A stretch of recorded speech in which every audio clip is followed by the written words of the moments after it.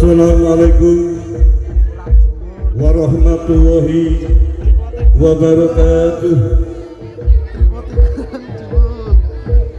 Katengreman karaharyo saking Gusti kang murbing dumadi.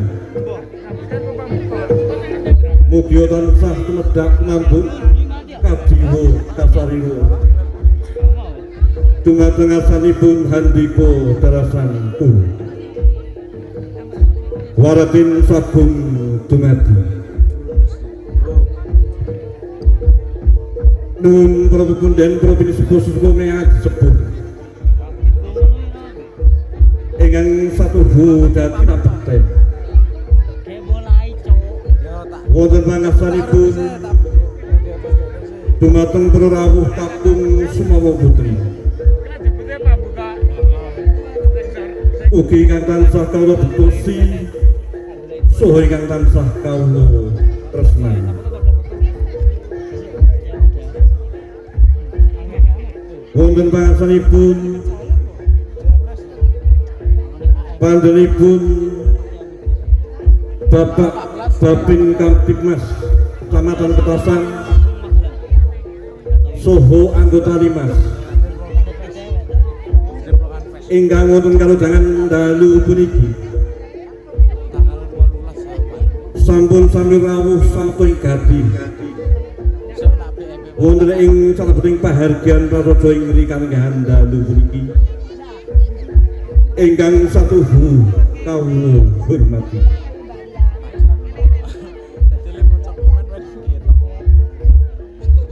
Sugeng rawuh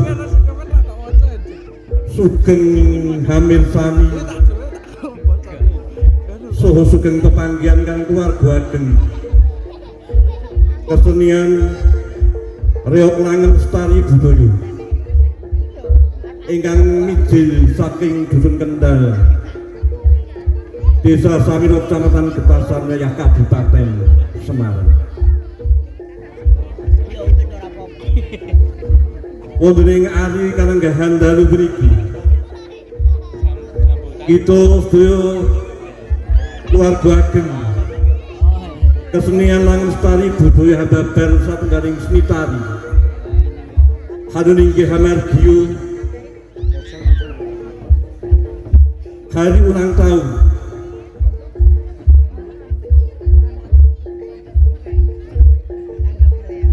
Tridasa warsa utawi ulang tahun ingkang kaping 30 ingkang ing kalodharan dalu mriki hamedal tari soreng saha waruk sarta jaranan ingkang badhe kapiyarsa wonten ing ngarsa handika sedaya. Wonten ing mriki tiyang kawula mewakili saking segenap panitia penyelenggara katur dumateng para pamirsa sedaya. Sumangga kula atmi hamil sani kanthi nardo madhikaning penggali. Lan ugi kawula nyuwun keamananipun dumateng para pamirsa sedaya. Sumangga kita dadi sareng-sareng supados pahargyan ing dalu puniki saged berjalan kanthi lancar ngantos paripurnaning pahargyan ing dalu puniki. Sekedhik mekaten yang saged kula aturaken sepindah malih kawula ngaturaken sugeng hamil sani reok langen lestari budaya. Akhiriatur wabillahi taufiq wal hidayah. Wassalamualaikum warahmatullahi wabarakatuh.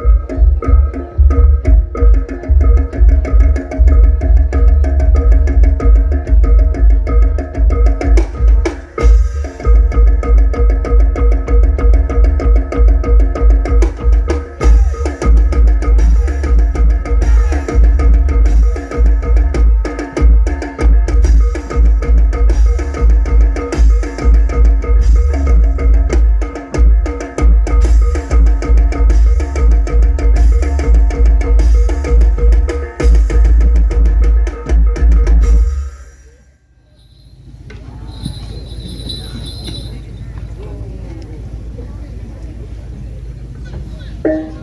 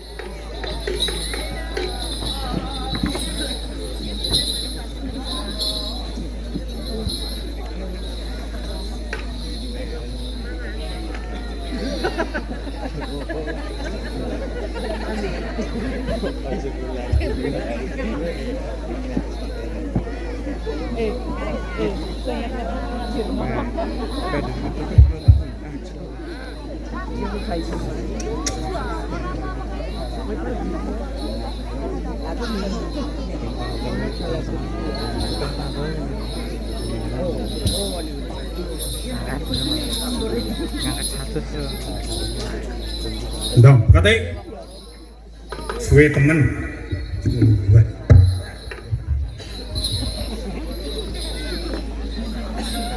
Tahun inggih Kanjeng.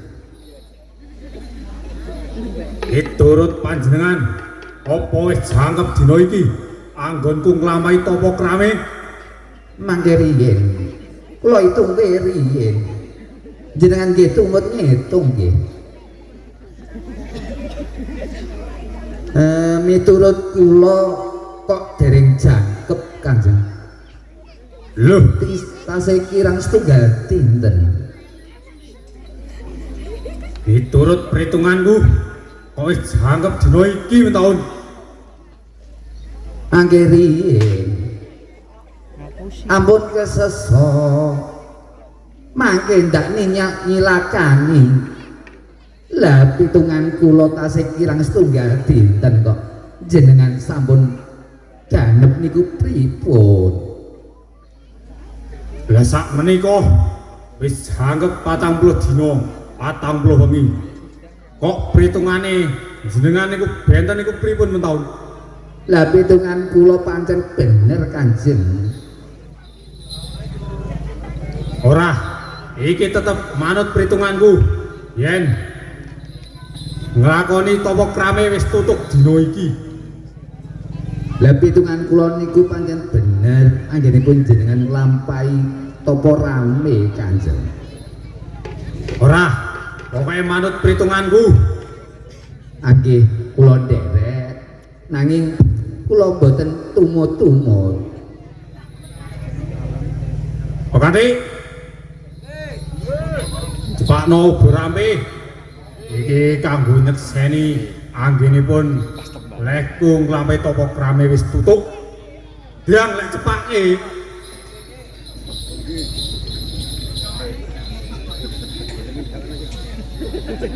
tahun Inggih Kanjeng. sak menika iki acara apa kok ade wis tekan kene iki Nggih niki ngeten kula badhe ngomong sekedhik niki. Niki anggenipun sami makempal wonten mriki menika nembe nglampahi anggenipun ulang tahun utawi ambal warsa paguyuban panglestari budaya ingkang kirang langkungipun 3 tahun Kanjeng. duh wis suwe temen ya iki mose yen dicepake sik ubarambene Nggih, nggih, nggih. belum komplit tahun Nggih. Setuman bek kampret ya Pak? Setuman bek kampret ya? kampret. Ini. Pakati tekan ngendi jane iki jiku berame iki Sekarang ini sebar dia. Lah ya Mas. apa dadak ngangsuse iki Ini jalan. Pinggir jalan. Ini bareng WCB. Orang bekas WCB. Bayar dah. Nanti pun nih. Ndak korene. ini ranjama kopi 7 tahun Salah tiga neng ronggon, mendem meneng terus belotongan. Neng anu Pak. suwene Wah, no. Nah kono, wah kuwi banyu apa kuwi Bayar jatuh. Realita. lah banyu surga kowe wis tekan surga Pakati wah medeni teman Tapi kalau banyak dono kae cak mele ya nanggap wis free kabeh ya. ora Pakati iki foto didum kanggo prajurit soreng iki nang banyu kono jenengan ra mangkat to ya. dipotelke sitok-sitok ta ya Ora penemu. Ngarep pusing. Sopo ngerti aku nang iringane Rian barang ya. Ngarep iki.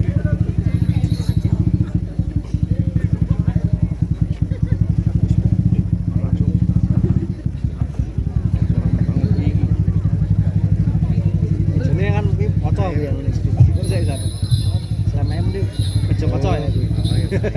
Cik sik.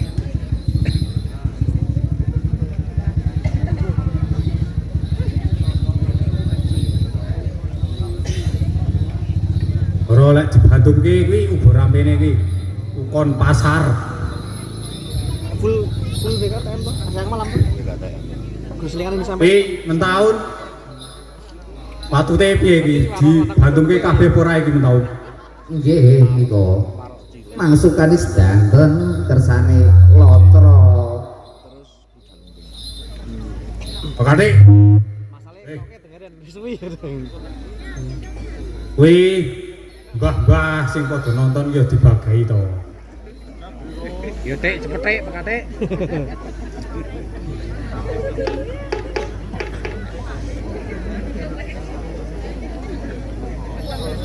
Aku apel ya tuh yang Itu dikai ngene. bara woy lonjongnya mah sudah.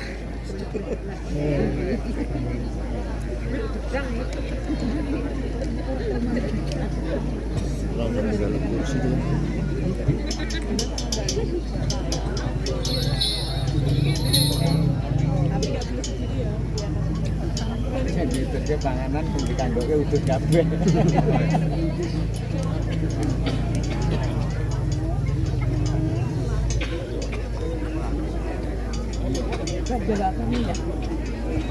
Kuwi ngono karo anak karo bapakne dadi. Kuwi karo YouTuber dibagi kuwi wis wingi ngenteni ning kene lek arep video awak dhewe. Oh, Pak. Iki Lho, buat apel. sinten mele?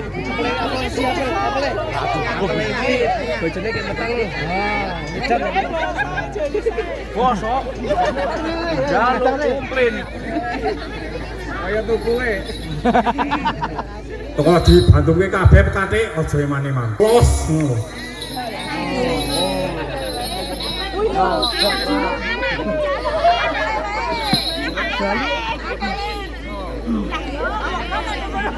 Dan gitu kene ki.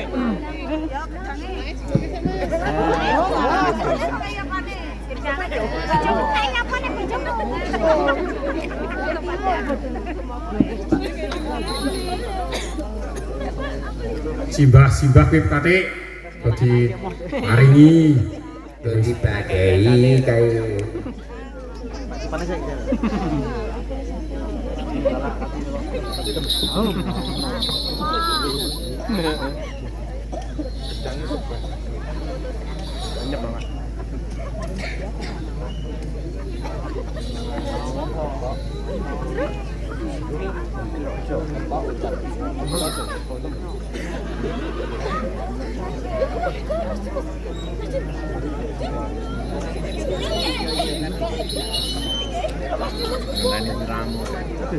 Tak lagi.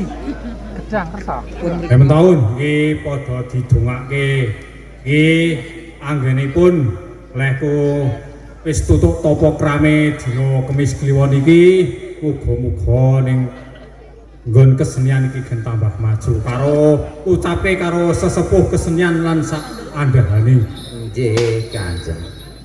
Saderenge kula matur nuwun dumateng panjenenganipun Bapak Ketua Paguyuban Langen Lestari Budaya sarta sedaya staf kepengurusanipun ingkang karya-raya sampun ngawontenaken acara menika kanthi rancak lan kanthi lancar, mugi-mugi mboten wonten alangan setunggal punapa-punapa lan mugi-mugi Paguyuban Langen Lestari Budaya sageta kompak lestari ngantos selaminipun Kanjeng. Amin. Namung ngoten Kanjeng. Nggih. Yo.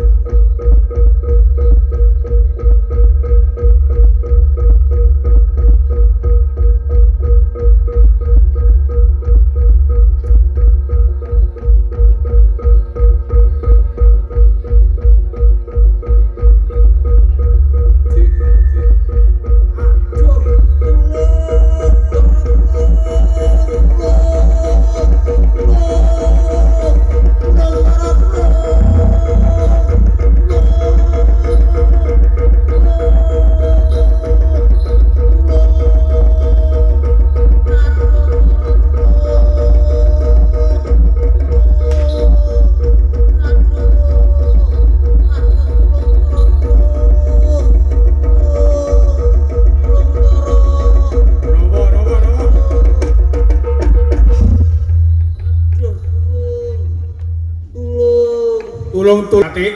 Tulung. Aduh, tulung. Tulung ngopo? Ngomong. Jenengan iki krungu boten ya tulung. Krungu aku ki. Tak tekoni ngopo kowe kok tulang tulung. Aduh. Lah, malah aduh piye iki? Aduh layu. Aduh. Ngomong. Krungu pisan sira. Krungu aku ki. Ora wis mau le krungu. Bangkit wingi to. Aduh. Ngeten. Kula wau niku nembe ngrumput teng lapangan mriko. Lah, lapangan ngendi? Lapangan India mriko. Lah rada temen. Ha nggih. Aduh. Sik. Lah kowe iki ngopo? Kok ngasih keweden kok ngene iki? Wedi. Ayo wedi ngopo kok ngasih tulung-tulung kok ngene iki lho. Wau niku kula diparani kalih tiyang gedhe dur tanpa ciri to. Wah. Gedhe dhuwur tanpa ciri. Nggih. Medeni ora? Aduh. Lah sampean ora mboten kok teko kula. Ya ora ngerti, aku ora ngerti kok. Oh, iya. Kuwi wau niku medeni niku. Ning lapangan ditemoni wong gedhe dhuwur. Nggih. Terus kowe dikapake. Wau niku kula nembe rumput niku arit kula diampil. Rumput. Lah kowe ngrumput ki sapa? Ya iki rumput ki jenengan niku. Wah. Aku apa redge? Nggih. Lah. Mosok aku kok kei suket piye? Kuanen temen iki Katik. Mboten doyan to jenengan. Ya ora. Walah, ndar aku doyan kula redge ngoten to wau. Goyan ku ya sing enak-enak. Oh nggih. Wau niku kula ajeng ngaretke Sigarimah. Terus piye? Wau kula goceki kupinge kula digoceki langsung diris nganggo gamane kula. Walah. Lah saiki kuping ndi tak tilakane? Lho, dilakno iki. Lah iki jen kok. Wis berarti sing iki. Walah. Kleru. Barek metu lere. Piye jane iki? Piye iki mau piye? Kok ngene iki bentukane? Bentukane pripun iki? Kaya apa iki nek kok ngene iki? Pun pirang taun jenengan teng donya mboten weruh kuping niku. Aku wingi topo 40 dina 40 iki. Iki keturunan kan. Ning ngendi? Ning isor wit gedhe kono. Berarti suwe wau nggih. Wis suwe ngasih di rubungi oyot-oyot tau. Mulane ta roh-roh kok lumuten. Wah. Memang ngisi aku lumutan ngene piye iki? Lah kaget wih, kok wong lumuten ngoten. Wah. Wah, nek tenan karo ndoromu iki. Tulung iki ndoro tulung. Piye nek kok ngene iki piye iki? Aduh. Ranjangan. Lorone tekan ngendi? Tekan gen brutu-brutu. Lah brutumu iki ijazah ning ngono ke, Mbok? Di tasik jenengan iku. Aduh. Alah yung. Aduh, mboten mikir kok piye jenengan niku. Ora iki aku bingung. Nek kupingmu kari siji ngene iki, kok gendi kuping opo? Aduh. Saya ning jenengan nggih mboten napa-napa. Walah, aku wekku dadi ora genet nek digendi wekku. Ora patut gendi wekku. Wah, mboten patut nggih. Patut-patut kemawon. Aduh. Ora. Tak tilakane. Lah, kok slempiti layang piye iki? Nggih, wau niku kula dislempiti. Mang tili niku. Layang opo iki? Rene ken nyumbang ngoten lho. Nyumbang. Nggih. Piye iki? Aduh. Nyumbang opo arep? Wis. Ora usah mewek. Waktu kok gorengan 12.000. Wah. Mboten sambel nih ya. Lah opo? Saus. Lah saus. Nggih. Saus sing mereke opo? Rinso rene. Wah. Wen mah ngobros kok dadian. Nggih. Lah. Aja ngono. Ora ene sing genti sing kaya kowe ngene iki. Ning donya Kendal kene kene mung kowe tok. Nggih. Yo, Anak kalih kula kembar nggih medeni ngoten. ha iya. Sepo mesti wong sing do nyawang iki. Nggih. Wis iki tak bukake sik yo iki yo. Nggih. Iki yo koyoke layang wigati temen iki yo. Ngasih ngiris pekatikku iki. Oh. Nggih, mang tilik niku.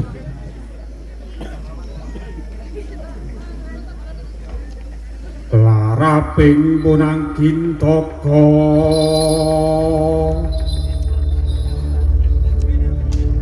katur dhateng Kang Mas Dipati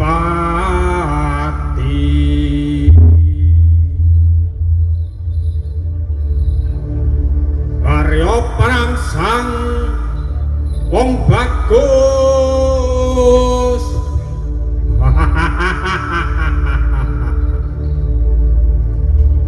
kang ngubungi Jipang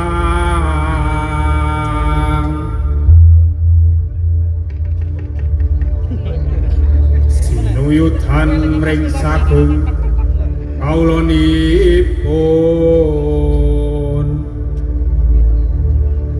dasar satriya jentara ora sing narendra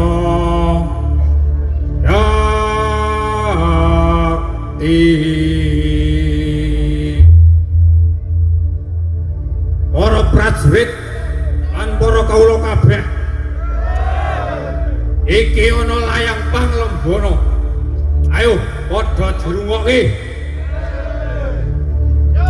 iki layang panglembana saka Hadiwijaya wis tak tampa ananging layang iki isih ana bacute mula padha digatekke padha dirungokke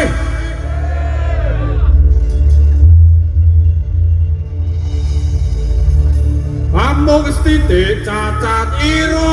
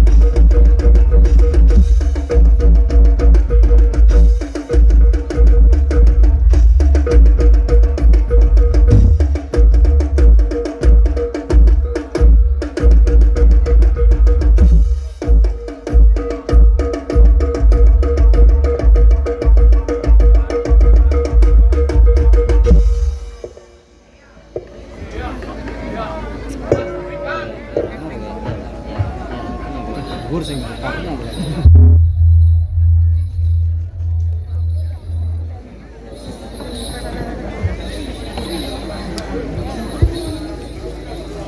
kan kono